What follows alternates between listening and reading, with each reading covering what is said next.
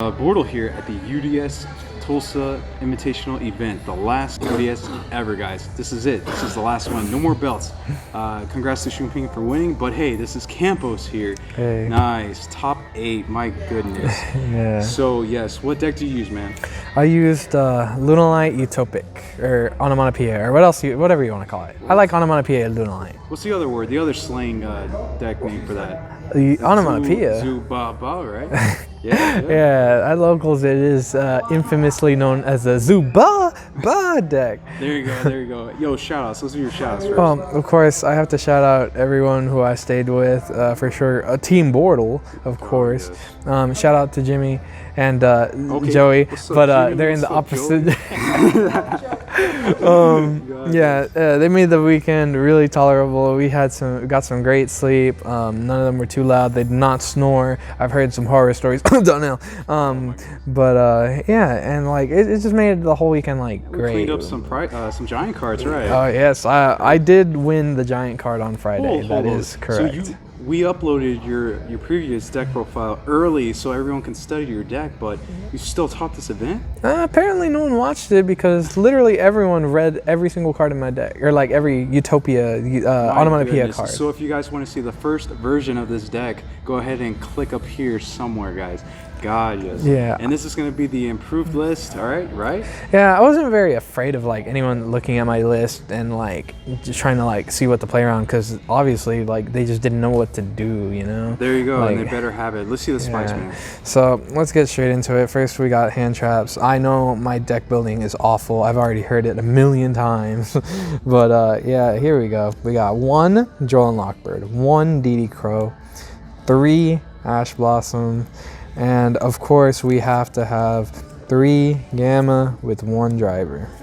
Oh my goodness. So, please explain these ratios. I originally did not want to play Ash. I was thinking either I play 3 Ash or I play 3 Crow, and I was really leaning towards Crow because I don't know why, I'm just terrified against Spiral. I'm guessing because like I just don't really get to play that matchup at locals very often because Magician Souls. But yeah, so I didn't want to play a deck without this card.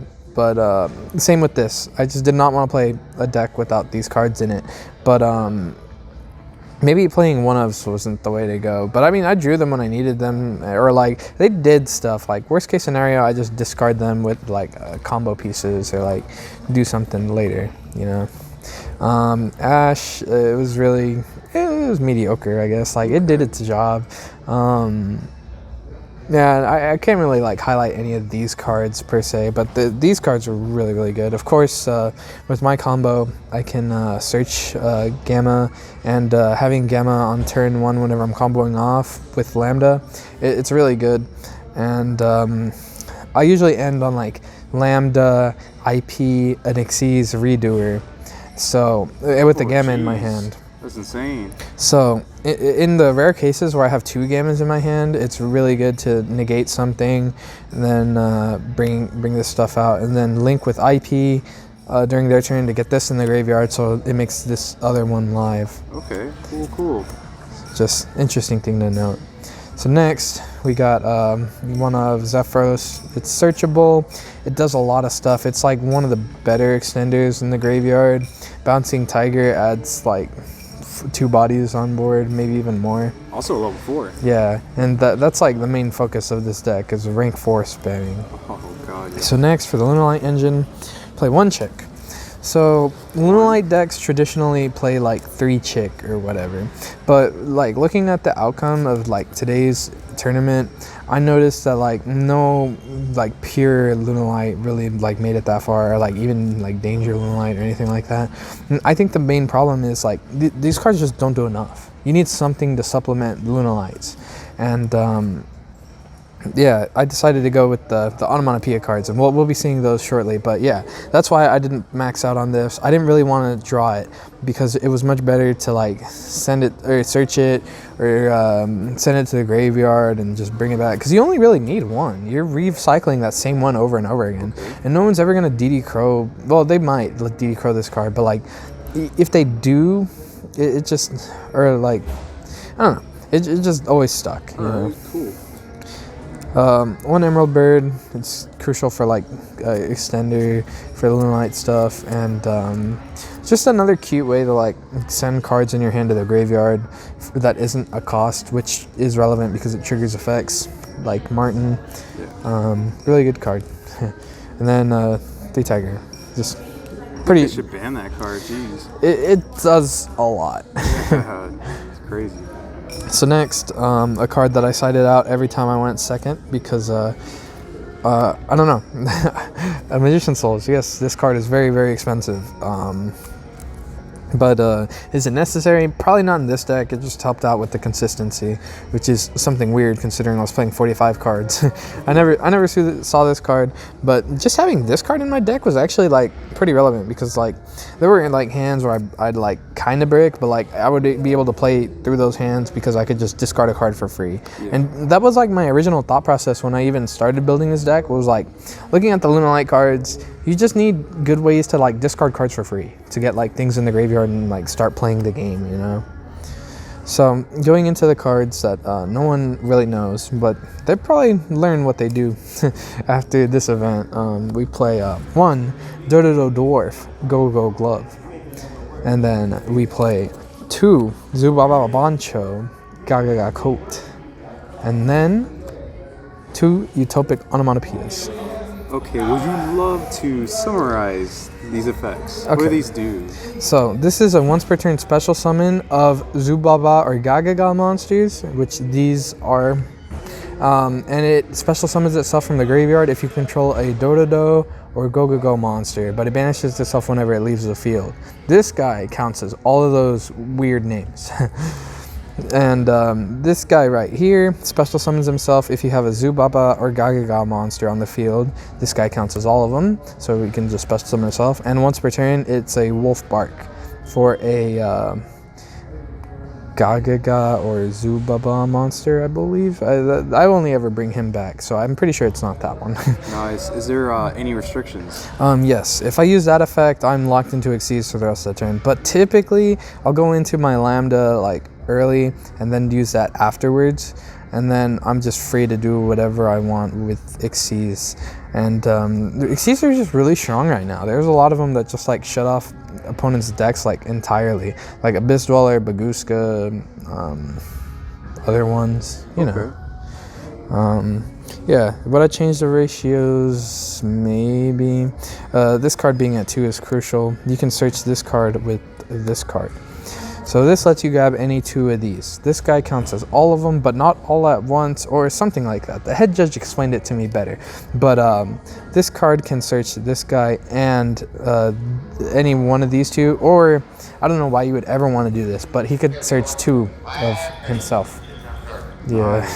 So in order to get to this card, because you see we only play 1, we play 3 Onomata pickups. So this is the 10 key for this archetype. It adds any Onomato card from your deck to your hand, and it also has a level modulation effect where I can target one of these guys, and then all my monsters on the field become the same level. Hold up, so you're saying souls can be level 4? Yes. What? And with souls, I can send this, and the level modulation stays. It specifically says that on the card. Oh my, that's ridiculous. So the rest of the spells we play Double or Nothing because, you know, it's an Exceeds deck. Of course we're going to play Double or Nothing. We'll take the free wins when we can get them. And a big reason I played 45 cards is because I really didn't want to draw this card. Hey, that's a good reason. Yeah. So another card, Foolish, best monster card in the game. Hands down. I will never stop saying that. This starts combos by triggering effects, and sending Zephyros to the graveyard for free is also really nice. In case I don't like want to waste a summon to go into 4 Strix. 3 Tenki for the LunaLight stuff, of course. 3 goods. It's all 1 card combo starter, just about. 3 Perfume, and 3 Call by the Grave, because we're like a combo deck. And that's it for the spells, and we'll go into the trap. 1 LunaLight Serenity Dance. I forgot we're playing LunaLights here. Yeah, we only play 1 though. You never want to play more than that. And I didn't really like any trap cards. Like, they were combo deck. Don't need them. So going into the extra deck, of course, we're playing a pretty similar lineup in the extra deck. The main deck was slightly different today with, I'm pretty sure that I bumped up the ratios on like the Automato cards, and of course adding 4 more cards into my main deck too. Yeah, and again, if you want to see the previous version, just click the eye up here. And yeah, so the extra deck also changed, but only by like 1 card. So I'm just gonna like kind of go through a little quicker. Yeah. 1 gravity controller, aka Orange Cassidy. Shoutouts, please watch this video. I love you. And then the Link 2s, we'll go Lambda, IP. Really, the stuff that I just end on, like it does a whole lot. 1 Nightmare Unicorn to protect the Lambda with the IP. Avermax, I wish there was a way I could like go into more Xyzs with my play, so I can make this Avermax like with Lambda, because the easiest way to out Lambda is just summoning a monster big enough to attack over it. And like I just don't like using Redoer to go into Unicorn, but whatever, it happens. And then the 1 Appaloosa. So I wasn't playing it for the giant card yesterday, or not yesterday, Friday. But this was Diamond Dire Wolf. I really did miss Diamond Dire Wolf, not even gonna lie. If I could, I'd probably take out Avermax for Diamond Dire, maybe, probably not. So into the Xyz, 1 Redoer, 1 Force Strix, Utopia package, Baguska, Dagaris, shout out to Scott Page, Tornado Dragon, Exciton, and Dweller. So going into the side deck, I'm pretty sure the side deck is also the exact same as it was. 2 Twin, 2 Droll, maybe that's same. I don't remember. But yeah, I just wanted to have this for going second against Spiral. I pretty much like sided in my entire side deck like against Spiral. Like I needed to draw something, because like it's really hard to break that board without like help, you know. So 3 Mystic Mine, 2 Nibiru, 3 Evenly, and 3 Lightning Storm.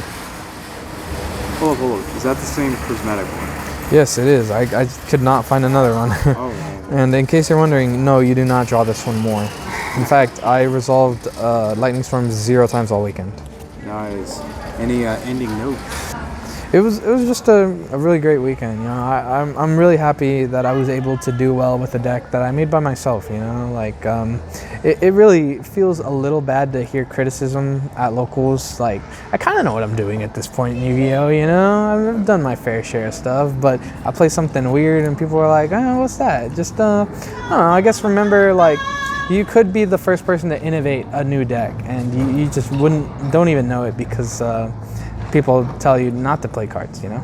Okay, sweet. So, guys, let us know what you think about this deck profile overall and these cards. My goodness, the Zubabas, right? Onomatopoeia. Yeah. Comment down below, like the video, and most importantly, sub for Bortle and join Bortle Nation. It's that free.